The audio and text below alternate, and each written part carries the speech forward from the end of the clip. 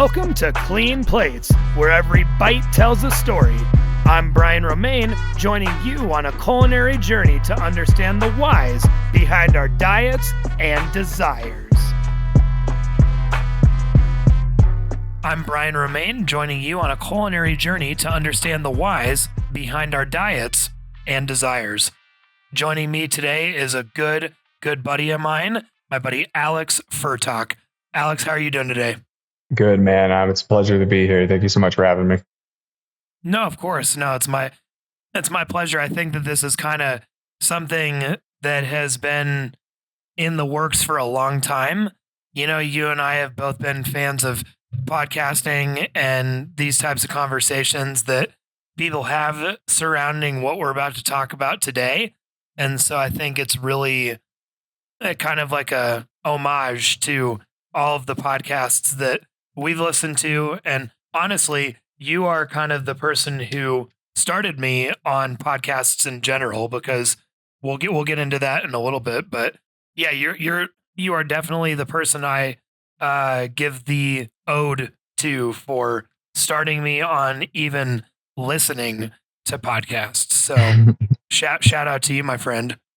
Absolutely. Hey, it's my pleasure. Sharing knowledge that's it. I mean, nobody wants to be a gatekeeper of anything. And that was so many years ago. It was amazing that you actually, look where we're at now. It's just, yeah. That's amazing, man. That's what I'm saying. So for everybody listening, Alex is a new father to a 1.5-year-old son. He's a husband to his lovely wife, Hannah, and he is NASM certified in personal training, as well as a certificate in nutrition. So welcome to the podcast, and we're happy to have you today. But yeah, just as a forecap from before, Alex sent me a podcast from 2000. I believe the podcast was actually from like 2014, but I actually listened to it in 2017, and it was an episode of the early days of Joe Rogan when he was just on YouTube. This was well before Spotify, and it was Dr. Rhonda Patrick was the guest, and she is now like a household name when it comes to health and wellness, different aspects of nutrition, as well as her take on metabolic health is pretty heavy. So, people definitely listen to what she has to say. But I mean, do you remember me sending me that? Because that was 2017. Mm-hmm. So I remember the podcast too. It was believe it was about like vitamin D and omega-3s and a couple other things as well, like sulforaphane and broccoli sprouts and a couple other like smaller things. So, but honestly, her information is fantastic, and it was just a pleasure, like something that I was passionate about, and then like you had an interest for it. So I was like I'm going to share the knowledge, and then it's nice to have people who actually share this common interest as well and actually want to learn more, because we have shared knowledge with other people too. That's still kind of, it's okay. I mean, to each their own. So we're happy to have shared the knowledge. Honestly, man, that's the most important part, honestly, because then you get to do your own research and then go from there. Yeah, no, it is cool, because for me, it was one of those things where I had like nowhere to start. I had no idea where to go or what to look at. So it was really cool for me to be able to digest that whole podcast and like go down this rabbit hole now of all this different knowledge as far as health and wellness, gut health, and all the array of things that really important to me now. So I think it's really great that that's what, started it so long ago, was something as simple as a conversation between two people, and then it gets your brain going and down this rabbit hole of research about how you can better yourself in these topics that they discuss. Um, but yeah, going back to fitness, have you always been an athlete or active in your life? Have you always been involved with fitness? Has it always been something that pairs with nutrition? Yeah, actually 100%. Throughout my whole life, as far as I can remember, I've always loved sports. And I think honestly, it started with my grandfather. My grandfather, he lived until he was 89, rest in peace. But he, it, into it, I mean, when he was 60 years old, he was lifting 45-pound dumbbells, doing overhead presses in the garage downstairs. Oh wow. And, from he always told me, and yeah, he always had he's from Cuba, so he always had like a broken accent when he was talking to me, and it was like the best because like I always tried learning Spanish to try to relate to him more on a level like that. But honestly, fitness is where we connected. We used to ride bikes around Lynch Field in Greensburg. We used to like swim at the park there and like do laps in the pool. He also showed me how to garden and all kinds of other like things like that. And I believe personally now having a son and just from all the research that we have available to us, I believe that's probably where I got my knack for fitness because my dad even had me from that point on. I did baseball, soccer, basically all the sports when you were a younger kid. But what really stuck with me was wrestling. And then I did track and field and I dabbled in football here and there. But then after about my junior year in high school was when I dabbled a little bit more into jiu-jitsu. Then after when I joined the military as well, I went into jiu-jitsu a little bit more and then did some like Muay Thai. So, and those were the ways that I went and just always weightlifting from, I'd say around 9, 10 years old, just lifting small little weights in the garage with my grandfather till now, honestly. And, yeah, it's been a nice process. So I'd say, yeah, so I'd say throughout my whole life, I've been pretty, pretty active when it comes to like sports and stuff like that. So yeah, then the second part of the question, do you think that nutrition has always played a role in these sports? Do you think food and having a relationship with it or lack thereof has been something that has been either affected you in a good way or a bad way in doing these sports? Honestly, I'd say both.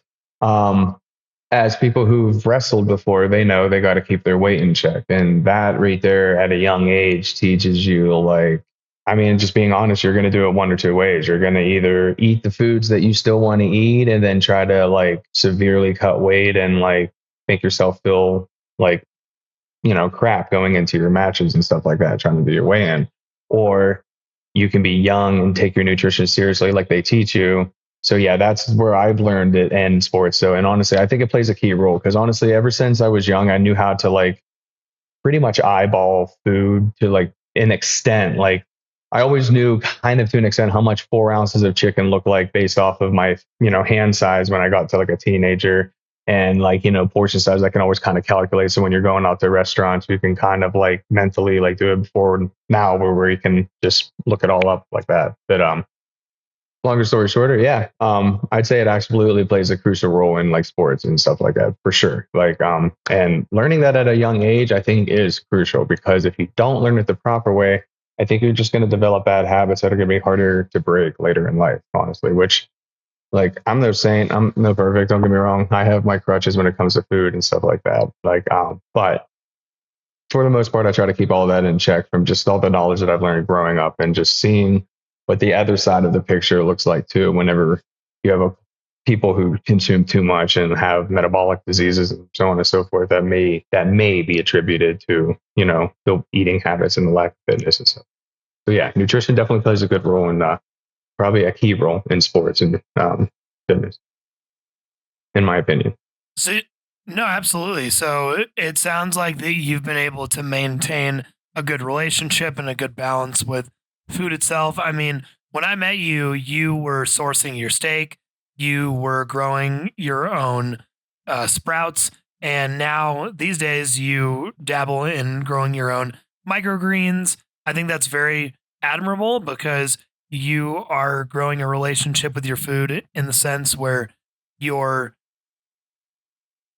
gaining knowledge and knowing where your food comes from, as well as you're growing it yourself. So therefore, you're self-sustaining, and you then are, growing that relationship even further because that goes into the hands of your wife, your son, and that is a generational thing that can't be untaught once it's taught.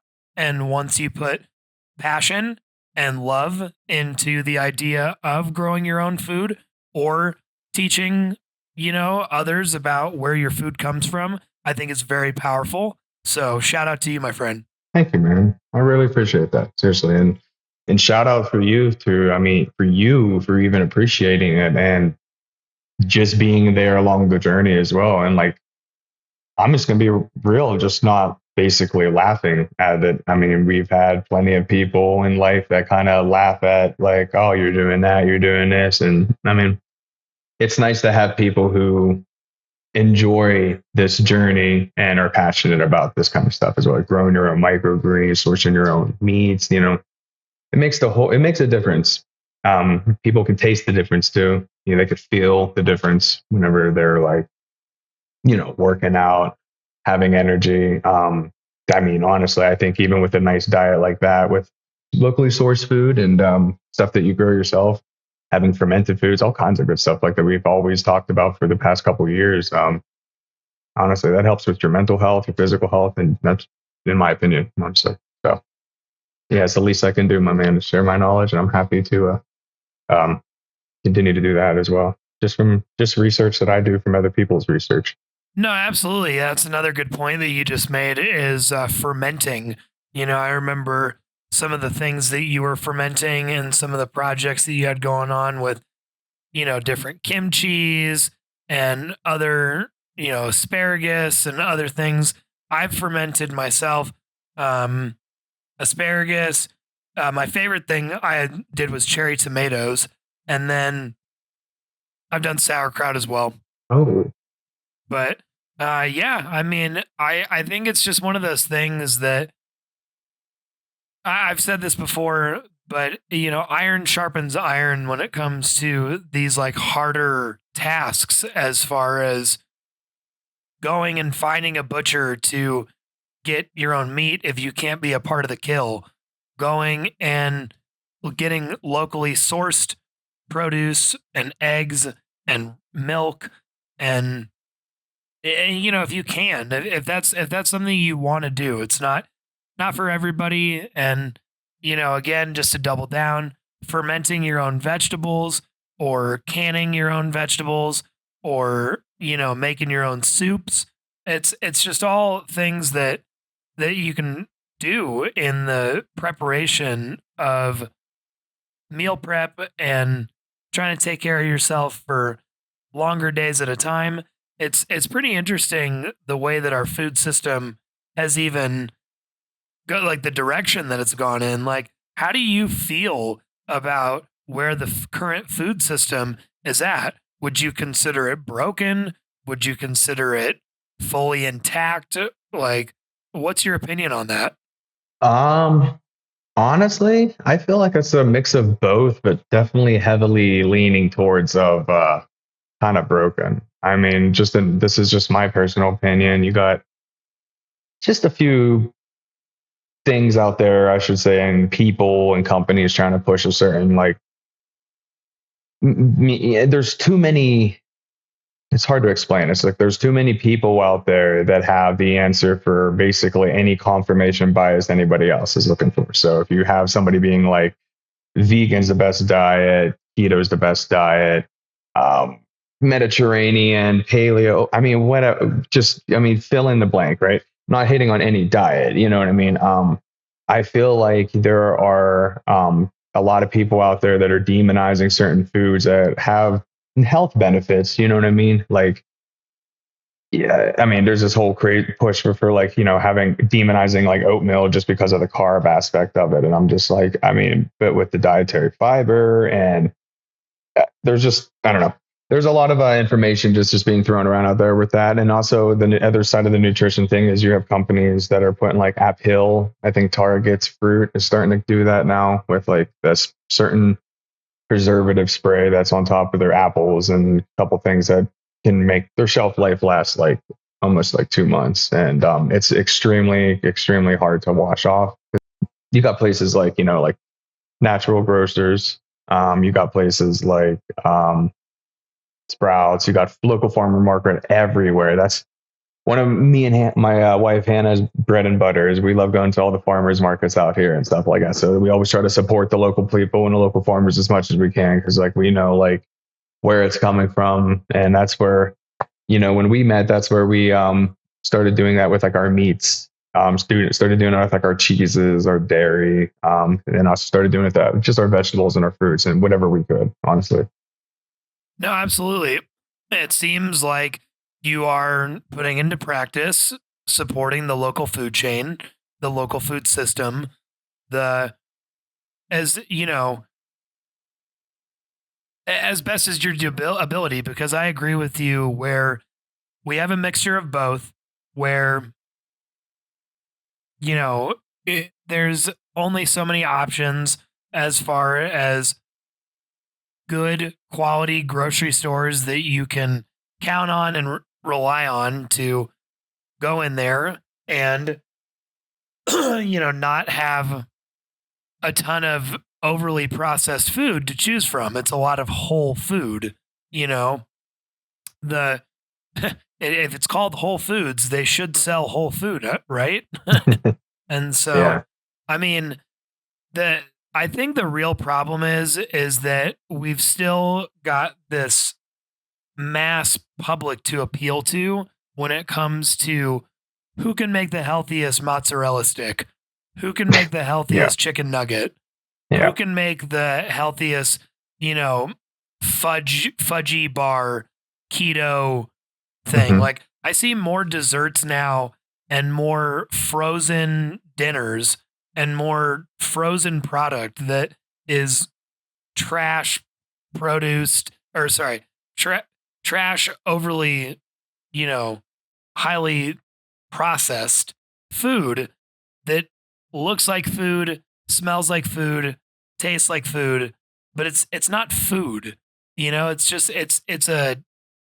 it's a mock-up of all of these macros and calories that are telling people, hey, if you eat this, you'll be keto, which means you'll be healthy. It's just not taking into a fact that there's seed oils and sugar and all these other things that go into these products, and they're put on the market. They have a nice little shelf life because they're frozen forever. And then you've got these labels that just completely lie to you about how it's going to like help you in some way. So Mm-hmm. I think that's the real problem is that there's a lot of smart people, let's put it that way, that market these products because the average consumer is going to look at that and be like, oh dude, I want that because like it says keto. It 100%. says carnivore. It says vegan. It says, gluten free. So it has to be healthy. Again, they just don't take into account. Yeah, they're not actually like, there are a few people out there that are like Dr. Lane Norton and all them that like definitely push like the calories in, calories out kind of thing, because for the most part, like that is the truth. Like, so whatever diet somebody wants to stick to, so long as you're not surplusing your calories and you're working out moderately, you're going to eventually lose weight, unless you have some like metabolic stuff going on or some thyroid stuff, so on and so forth. But like, other than that, like you have like all these products, like you said, that like these smart people are marketing to, because if you see gluten free, you automatically, some people think healthy. You see keto friendly, you automatically think healthy. You think vegan, cruelty free, you automatically think healthy. You think, that's what people just think, but they're not actually looking at exactly what you said. What is it being processed with? Are there seed oils? Like, what is the sodium levels like for like, I mean, is it like some of these, like not hating on anything vegan, but like there were a couple of vegan products as I wanted to be vegetarian like many years ago. I tried it and it just wasn't for me because I just love my meats. And there were a couple products that just had so much sodium and so much like just seed oils and garbage in it. And I'm like trying to just replicate like a meat product. And I'm just like, and I don't know. I think if you just stick with like, you know, whole foods for the most part, like you'll be on a good. I mean, don't get me wrong. We can all dabble if somebody wants a little ice cream or something like that. You know, you can always get a Ninja Creamy. Those things are absolutely insane for, you know, helping you stay on track and feeling like you're eating, you know, you're eating some healthy protein ice cream. And then you feel like you're cheating on your macros, you know, like legitimately last night for lunch, I had a strawberry chocolate, you know, protein ice cream that was under 500 calories. And I'm like, I felt like I cheated on my diet, but I'm like, no, I had it meant within on my macros. So that's what I'm saying. Like there's ways around it. Like you can do some good stuff and you just have to like be willing to like put into work and not just take the easy way out and be like, that looks healthy. I'm just going to grab that from the shelf. Mostly shop on the outside of the grocery store type of thing. You know what I mean? Like so I go into the inside of the grocery store for my baking products and a couple other smaller things like that. But for the most part, you know, stick to the whole foods. And I think most people would be fine, better off. Plus you'd be supporting more farmers. No, I mean, I totally agree with you just because have you ever heard of Noah Perlo? Noah Perlo. I may have, but off the top of my head, I don't believe. So his page on Instagram is Noah Perlo Fit. I hope I'm, you know, it's pretty sure that's how he pronounces it. But this guy is great because he will literally make video after video after video after video of you could have this, but you could also have all of these. Where Oh, it's yeah. like I think I've seen those videos. Okay. I think I know he who you're talking about. he's a redheaded curly gentleman with Yeah. glasses and he's Yeah. extremely fit. I mean, says it right in his name, but goddamn, that boy is fit. So, No, that makes sense. his videos though are interesting because he'll show you things like McDonald's French fries, Dairy Queen ice cream, Taco Bell Crunch Wrap quesadillas, Dunkin' Donuts, Nutella, taquitos, you name it. And he'll show you that if you eat just a very small amount of those things, you could literally have the same amount of in volume these other items that are made in a way healthier manner. And it's just another option about how broken, in a way, our food system is because we provide people with these convenient, quick stops that are just loaded with calories, sodium, fat, and sugar, Yep. all from the worst sources. Because to demonize those things is wrong because good salts, good fats, good sources of sugar like fruit are much better for you than, you know, processed white sugar in a donut. The sugar is also in your coffee. You then eat a cinnamon roll or a breakfast sandwich, and they're both highly loaded with Yeah. processed sugar and sodium and nitrates, all these things that just aren't good for you, as well 100%. as, you know, you could take a McDonald's breakfast sandwich and make like your own sourdough English muffins and go and source some ham and some sausage and some eggs and some cheese from local sources.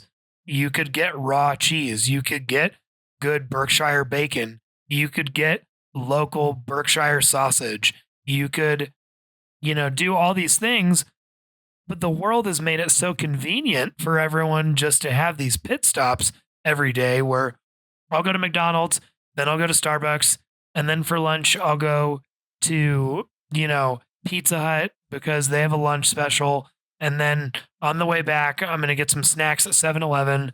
And then I'm going to go home and probably have a bunch of chips and then, a cheeseburger or a chicken sandwich from Burger King. And it's just, Yeah. I know a lot of people that live like that, but to each their own, not knocking anybody forever No, of having, course. a busy lifestyle or jobs or other things that, as well as like a blessed body to not to be skinny fat.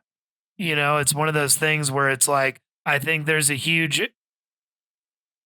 I don't even know if it's labeled as a problem, but it's definitely an issue where I just know a lot of people who don't understand that genetically, there's a lot of people that are born that are just more prone to, if you eat bad food, it just looks worse on you versus, people who, can eat all the Oreos and burgers and cheese fries and all the bad stuff. And even if they don't work out, they still just kind of look pudgy, but they're not like obese or something. You know what I mean? Yeah. And No, I know so exactly what you I mean. think that just I think it just needs to be more recognized and more like put more flowers and more respect on people that are still really trying, that are genetically in a different disposition than other people. And that doesn't make anybody's journey less applicable. It doesn't make it less important.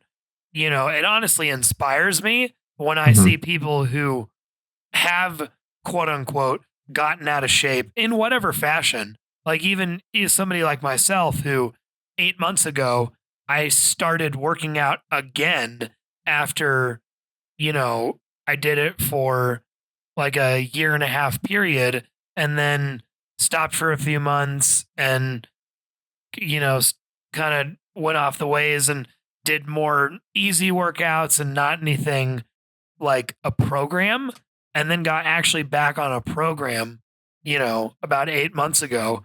And it's a blessing in disguise because when you look good and you feel good, there's a whole thing to it. So literally shout out to anybody who's on the journey of changing their nutrition to more whole food or whatever works for them when it comes to a better choice of action when it comes to your food, and just being active in general. People who are just getting out there walking, getting out there Yeah, lifting any kind of weight or any kind of resistance.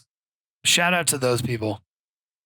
absolutely. No, and like I couldn't agree more, man. Honestly, like and like I was one of those people we were talking about, especially like for example, especially when I was in the military, because there was active duty, I was stationed at Fort Carson, and you get you're doing a lot of stuff. Like you're doing stuff nonstop. Sometimes you go to the field for like a week or two at a time. Like you gotta like your sleeping habits are bad, and then you're also trying to like you're young, you're partying, you're living it up, you're trying to like do all the things that you can. But realistically, I never stopped working out, never stopped lifting weights, never stopped trying to eat healthy. So what I would do is like I was always pretty good at having like a maintenance calories, but I would find a way to be like, I today am going to go eat at such and such. I'm going to go stuff my face with Red Lobster today.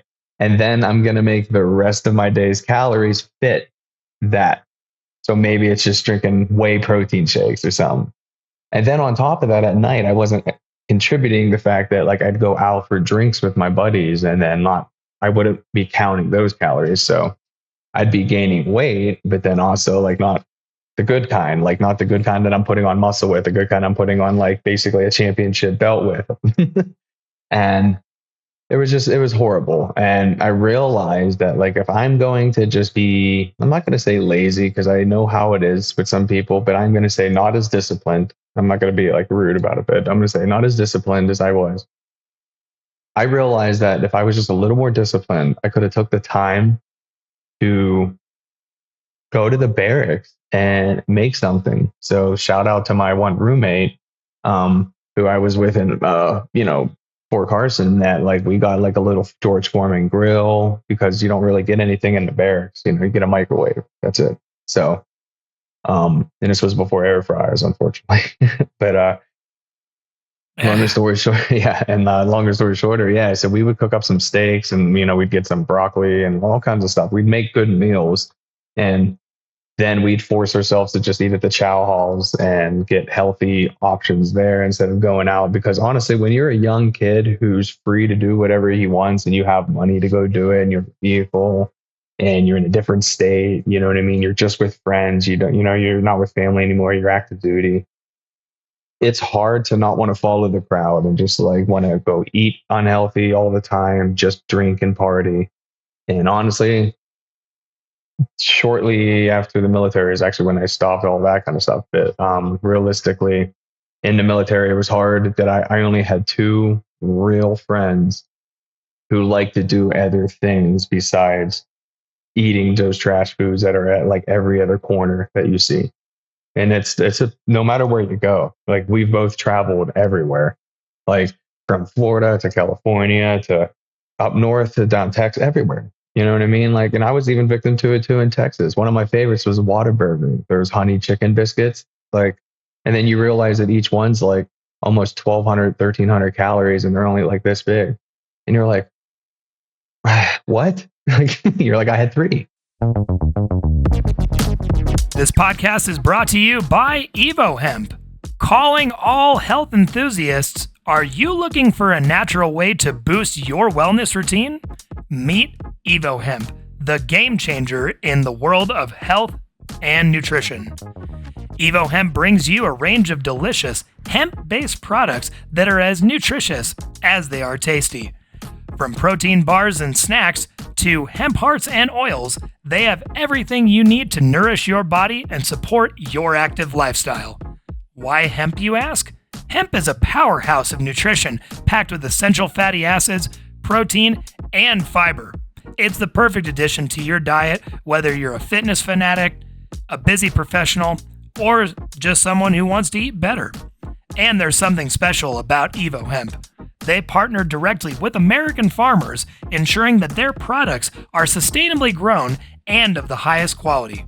When you choose Evo Hemp, you're not just supporting your health, you're supporting local farmers and sustainable agriculture. Are you ready to elevate your wellness game? Visit evohemp.com and use the promo code PLATES20 to get 20% off your purchase. That's evohemp.com to use the code PLATES20 at checkout for 20% off today. Discover the benefits of hemp and feel the difference with Evo Hemp. And then you're like, okay, like I just got to stop, you really, unless you're, pumping gear or something like that, you're not going to outwork a bad diet. If you're going to, you may look a little good on the outside, but you're going to, for the most part, at least from my opinion and what I can do, contribute to my health and stuff. I felt like garbage, honestly.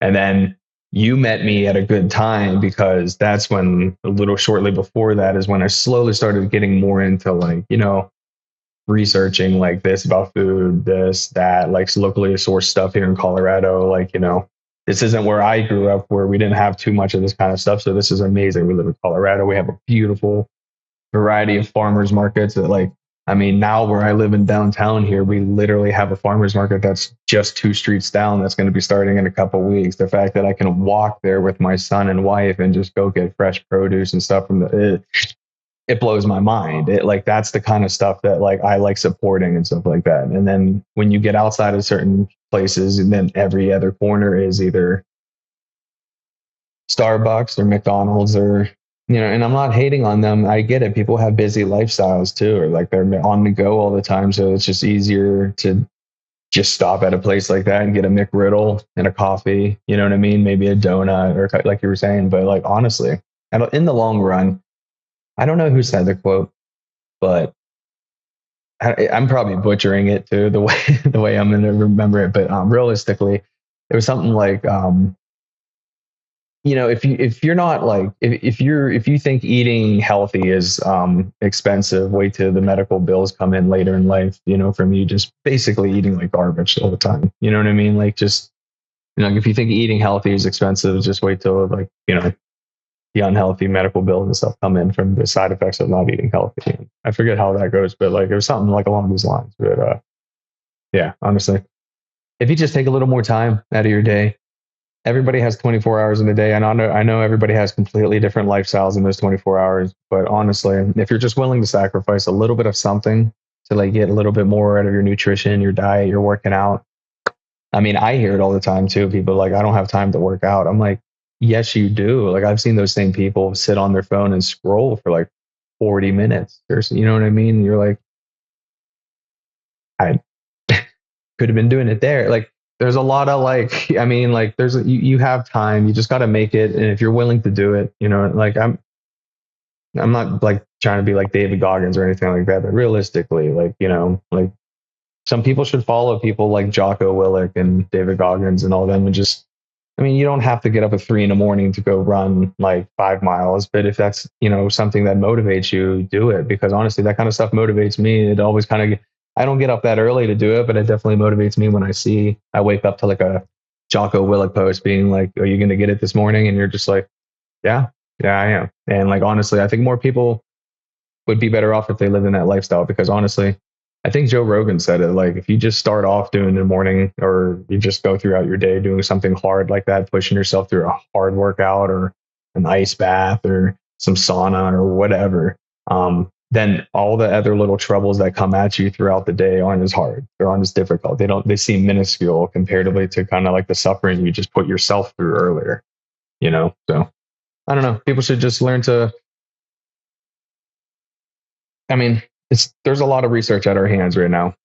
It's out there. If we can search it, we could figure out ways to eat healthy, even on a budget, and just do the time at home, prep a little bit of things, and then bring them with you to work instead of always stopping at like these fast food places that are. I mean, honestly, they're addicting. They really are. I mean, I've suffered with them a lot. It's always hard.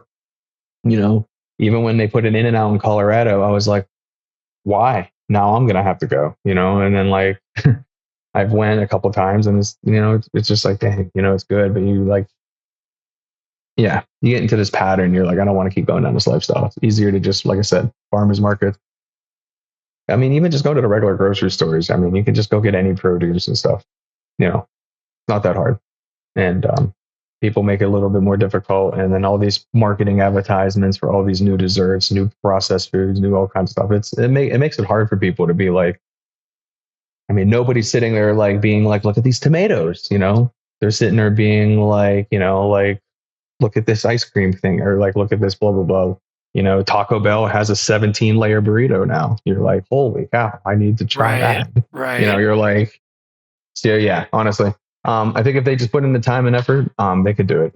And honestly, I mean, I think you and I are living proof of that. Like, I know I am. I could speak for myself with that because honestly, I had horrible habits, and yeah, once you break a couple of those and develop new habits, and you start feeling good from those new habits, yeah, you're gonna live a lot better of a life. No, absolutely. You spoke on a lot of really good points there. I think that there's a lot to unpack. I mean, at this moment in time, it makes sense with where we're at that people need to be, less dogmatic and less fearful of things that are going to affect them in the way of food because there's too many people that put too many restrictions on things and they don't actually find out what's the best for them. Like everybody has their own thumbprint when it comes to, your actual gut microbiome. And I think that there needs to be more attention, paid to when it comes to doctors and gut experts and people who are actually studying the microbiome to tell you what could be the best option for you. If it's going to be a mixture of more plants and animal proteins, or if it's going to be dialing it back from animal proteins, or dialing it back from different vegetables, and which vegetables, cruciferous, leafy greens. Is it going to be hardy vegetables like peppers and, you know, potatoes and squash? Or is it going to be nightshades? Like what's the best thing for you? So I think that's what people need to pay more attention to. And I think what people need to stop doing is telling people what they should eat and what they have to eat, because Yeah. it just doesn't make sense. And if it's not benefiting you, then shut the fuck up. It's just like, Yeah. It's too much of that. if it's not, it is. There's too many people who have these specific accounts and specific vlogs and stuff just to tell people what to eat, as opposed to being like, well, no, this is what I'm eating because I found out that's what's best for me.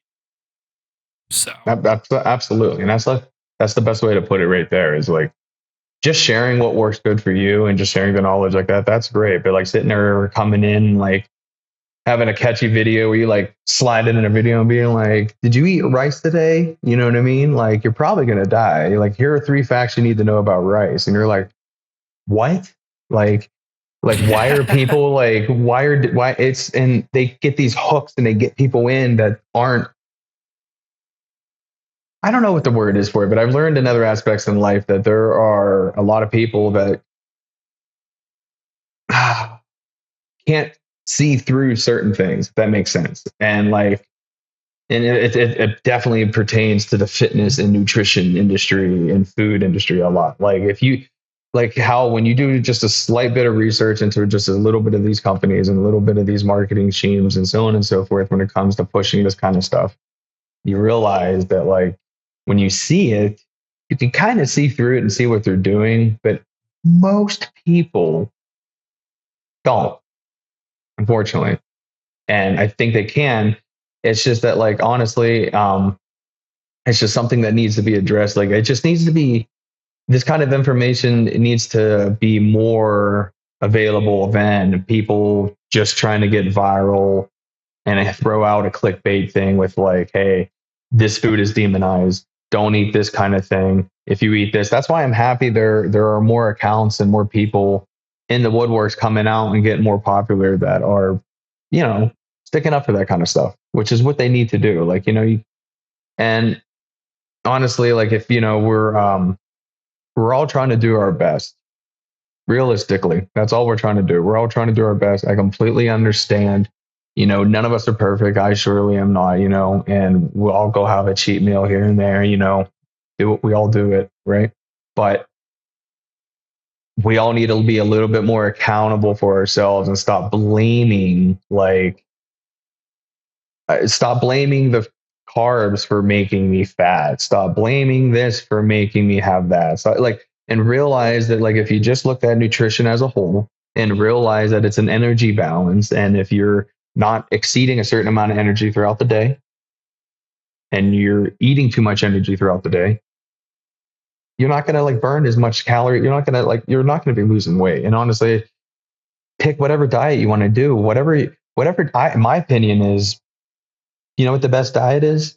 Whatever diet you can stick to and is obtainable and sustainable for you. Like I'm not a person that's like, oh, you're a vegan? Like, who cares? Like, do what you want, And like, I mean, it does kind of suck whenever like you do eat meat and you do have somebody who's like, oh, you're the cruelty thing. But like, no, that's why you try to like get from like farmers markets, locally sustained, like butcher shops and all kinds of good stuff. But say you mentioned Lane Norton earlier, and I was just listening to something he was talking about where it is definitely calories in, calories out, but there's an expenditure that people don't take into account. And that's how much energy it takes to burn how many calories you just put in your body. Exactly. So it's Exactly. a whole thing of just what you were just saying is if you're in a calorie surplus and then you don't move all day, if you were just to sit or Or if do you anything, just work out for your 30 minutes and then don't yeah, sit or don't do anything all day. You know what I mean? Like you still like you can work out for like 30 minutes, but you still gotta like move your body throughout you the gotta day. And move. I You gotta yeah, move you your do. You gotta body. Yeah, move. you gotta move your body. You gotta get some sunlight, and Yep. these are the things that I don't think people take into account because of the fact that we just have a large percentage of people that do that, where it's thousands and thousands of calories from like what you mentioned earlier. The chicken biscuit, honey glazed breakfast chicken Yeah. from Chick-fil-A, but it's, 1,236 calories in a tiny little sandwich. And then you're like, wow, I just ate like three of those. And I don't even know what I'm doing. Like, yeah, you just don't Yeah, it's not even understand. 10 And then, a.m. You're like yeah, no, yeah, exactly. Yeah. Same thing goes with, Dunkin' Donuts and Starbucks where you're drinking, hundreds of calories in the coffee because of the syrups, because of the phony milk, the oat milk that has seed oils in it. It's all these things that's that another and thing thank God. is is all the oat milks and almond milks and stuff like they don't realize like there's nothing bad about them, but you got to realize like you got to get the unsweetened ones because like there is so much sugars and like you said like stuff that's in them that makes them so good that you're counteracting the point of it even being healthy for you. Like here's an alternative to milk that's way worse for you. Yeah. Yeah, no, I remember Joe Rogan was talking about Duncan Trussell was like, "Yeah, man, I just found this amazing almond milk." And he was just like, "All right, well, how many grams of sugar in it, buddy?" And he's just like, "Well, the vanilla one, it's got 7 grams of sugar in the whole in each serving." So It's like it's just it's like they're not bad. It's just that they do make almond and oat and other alternative milks that you pay a little bit of more money for, but you actually get a quality product that doesn't have 8 fucking almonds in a half gallon mixed with water and canola oil and, you know, rapeseed oil. That's just a terrible name for a product in the first place. Don't ever call anything rapeseed oil, but that's what they do. That's what it's doing. So I yeah, I just had I two can't jokes even for that I imagine. can't say. So, Of course, yeah, no, yeah, no, that's that's of horrible. course, But like, why would they do that? Like, and like, I don't understand why they would have to mix that like type of oil. Like, there's so many other healthy alternatives they can be doing. They just don't do it because all these big companies like that are just trying to cut corners, just trying to save money. Like, that's all it really is. Like, they don't care about you and your health. That's for you to worry about. If you want to eat it, I think it's I think it was the creator or CEO or something of the Lunchables who literally was asked like, "Do you feed your kids Lunchables?" And he's like, "Oh God, no." I'm like, "Whoa!" Dang, dude, I ate Lunchables for years, man. I was like, "Dang, man!" I'm like, "This nachos Lunchables, the pizza Lunchables. I didn't care for the cracker ones." And I'm like, "Dang, man!" I was like, "And you wouldn't even feed them to your own kid." And I'm like, I don't know if it was like, no, because we have money and we would eat better than that, or if it was because what's in them. I don't know. It was just a comment. I believe that I think that's where it was from, but like, I just can't believe I was like, so yeah, honestly, we have a food problem when it comes to that. But honestly, I think if more people just slow down a little bit and just go eat, like, I mean, here's a fun little trick. What me and Hannah do if first off, if we don't have any Ninja Creamy ice cream prepped in the fridge or in the freezer, what we'll do is we have these small little Honeycrisp apples. They're about 100 calories each. and they don't really spike your glycemic index too much at all. So they're kind Sure. of like a berry. They're kind of like a strawberry, raspberry, but not, you know what I mean? But they don't kind of spike it as much. But longer story shorter, if we're feeling like sweets and we're craving stuff like we want it, and we have it at our fingertips, where we just go get it, and we're like, we each just eat an apple. And usually after that, it satisfies that craving. And then boom, we felt like we had a cheat meal kind of, and we just ate an apple. And that's another thing too. I know a lot of people eat these fast foods. They get into this habitual like habit of maybe breakfast, lunch, and dinner. That's all three of what they eat is like that type of food. Maybe it's just once a day. Maybe it's just twice a day. You and I have both known plenty of people that's what they even longed for, even after we went and just worked out with them and stuff. We're like, why can't we go cook a steak? We're like, all right.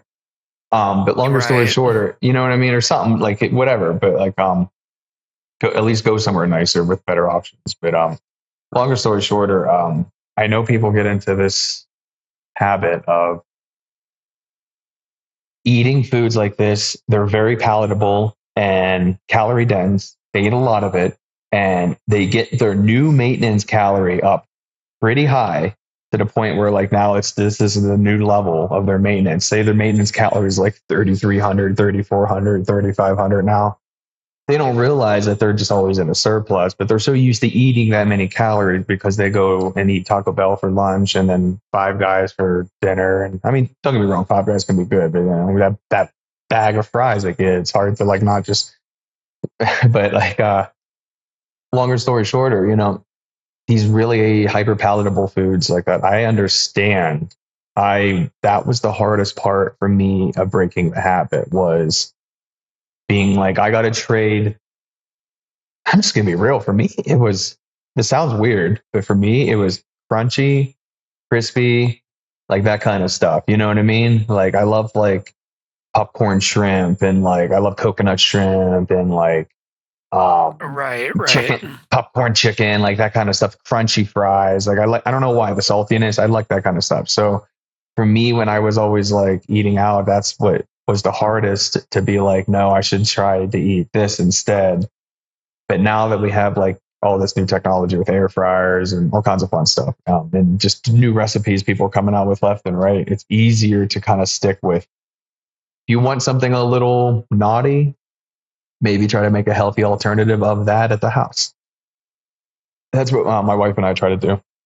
And we do that with our son. Like legitimately, while I was at work yesterday, my wife prepped for breakfast, or she prepped it for me for lunch. And then Liam and him had it for breakfast. But Liam and her had venison burgers.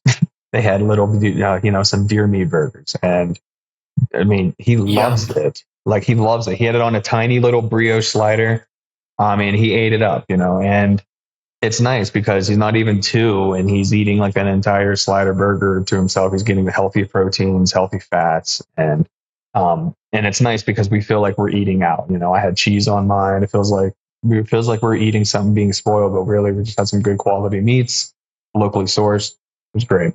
So there's ways around it. I just think people just got to put a little more effort into it and a little more responsibility. Honestly, you got to stop blaming everything. Honestly, if you want to feel better, you really got to take like initiative. You know what I mean? Can't just be looking for a quick route, easy route. Right. 13-day fix. Like, let me get you this, drink and you can cleanse the. It's just like, okay, just do a little research and you can do it. I agree. I mean, I think that there's a lot of people that could stand to do their own research, and what you said was perfectly sound in the sense that you're teaching Liam these things. He's a year and a half years old. He's going to grow up to have two parents that care about his nutrition and want to feed him all the things. You just said that you guys had venison burgers. I mean, that right there is already showing that you've taken the time to source the deer. You're then going out and making all these changes, as well as you're feeding your son the food that Mhm. he needs. And so, yeah, I think what you're doing is admirable. Thank you. I really appreciate that, honestly. And it was just doing a little research and finding out which places sell local or organic, product like that. And then just going to just spend a little more money for that and then feeling better because of it, honestly. You know, and just realistically, especially for ground venison, it's not that much more than like your 90-10 lean ground beef that's organic. Like realistically, it's only a few dollars more per pound. Like that's why it's like if you really think about it, like, with the money you're spending on the sales tax and everything going through fast food all the time and getting yourself a meal that costs this, you know what I mean? Like you really could just go get something like that and then just whip it up real quick and make those tacos you wanted to get from Taco Bell with like a healthy alternative and stuff. So yeah, I'm happy to teach Liam that, and I'm happy. Um, Honestly, it's nice, especially here in Colorado. We have a ton of like butcher shops and a ton of places that offer like local stuff like that. So it's really nice. Yeah, yeah. Shout out to people like Western Daughters out Yeah, in the highlands of Colorado. absolutely. They are doing, they're one of one. They're doing it right, and they have been for many years. So if you're ever in the Colorado area, I definitely highly suggest to check them out and keep supporting what they're doing. But if you could have one meal with somebody alive or dead, A, who would it be? And B, what would you cook them? Ooh, all right. So that would actually be hard, honestly. If I had to do, if I had to do one meal, you know what, honestly, all right, I'll give you two real quick. If I had personal though, to me, if I had to do one meal, it would be with my grandfather because he was one of the best cooks I've ever had. He was Cuban. He did like some of the Nice. best cuisine. Nice. He always did a ropa vieja, which was so good, and we'd eat that with like plantains and like it was so good. So that would probably be one. But honestly, anybody dead or alive, maybe famous, Yeah, pretty. Yeah, say Anthony Bourdain. ooh, good one. Honestly, I'd like to go to like Thailand or Vietnam with Anthony Bourdain because I think one of those two places are in his no reservations where he said that's his favorite place where he travels to and he would love to go there. I think it was Vietnam. So I would like to go to Vietnam with Anthony Bourdain and just sit down in those little stools and have some good Vietnamese food and stuff. I think that would probably be it. Love it. I love it. At this point in time, do you have any nutritional goals alongside your fitness goals?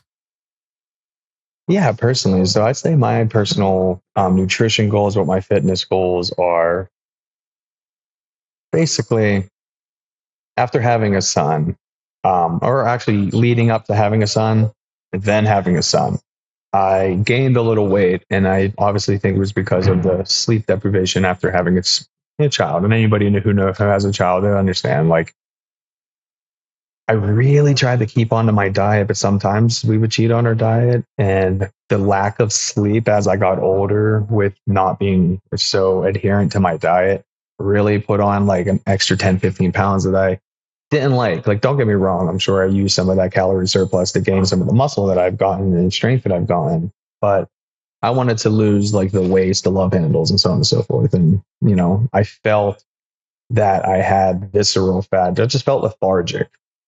That's a good way to put it, honestly. And so now that it's been a year and a half into my son's life, one of my big goals is to, right now I've lost 35 pounds Hell since my yeah. son was born.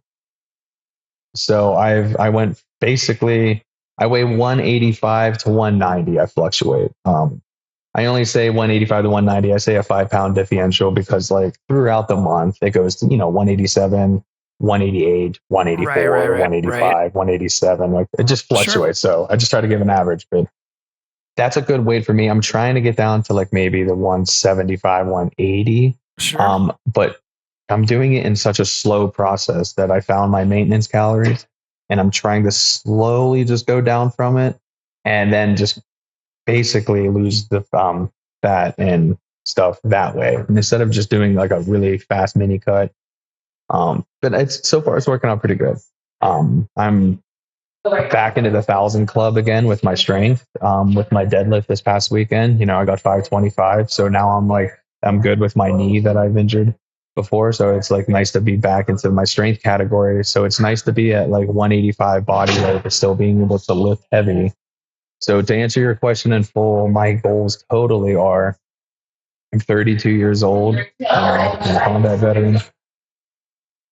I just try to be as basically as healthy as I can be for longevity. I want to be as strong as I can, gain as much muscle as I possibly can naturally up until my ages, to where I'm just strong into my elderly age. I still dabble as a hobbyist in Muay Thai and try to do bag work on a daily, even here at our apartment.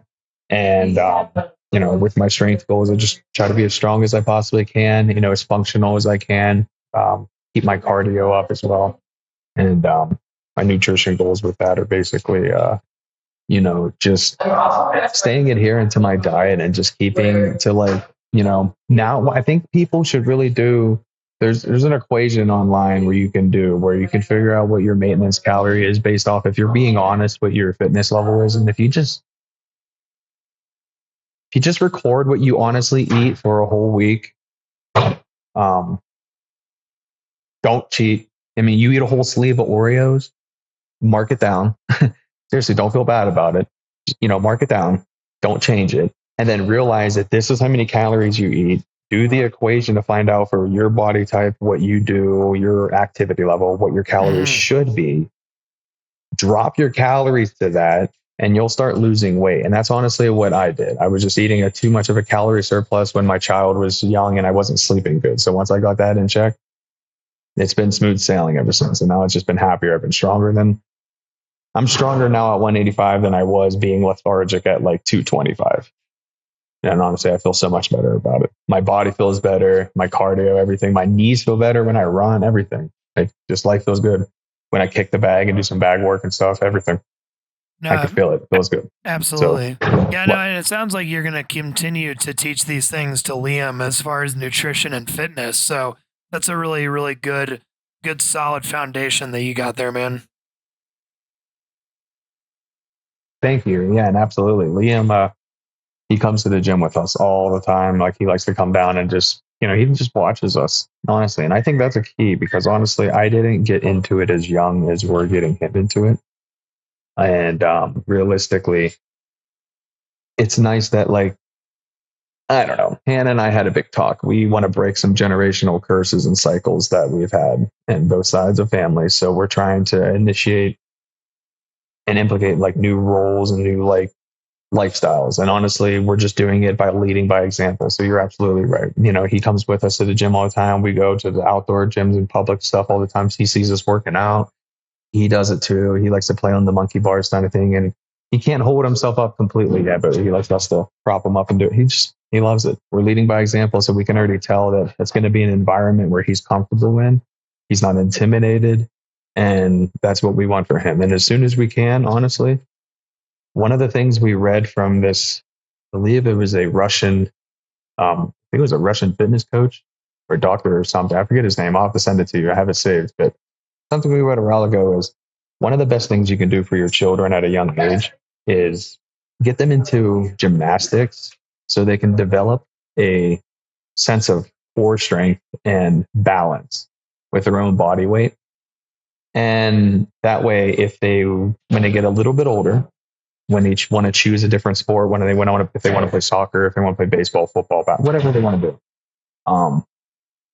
Since they already had an overall fitness of learning how to control their own body weight, it makes for people having apparently statistically better odds of being just more athletic throughout their life, regardless of what sport they do.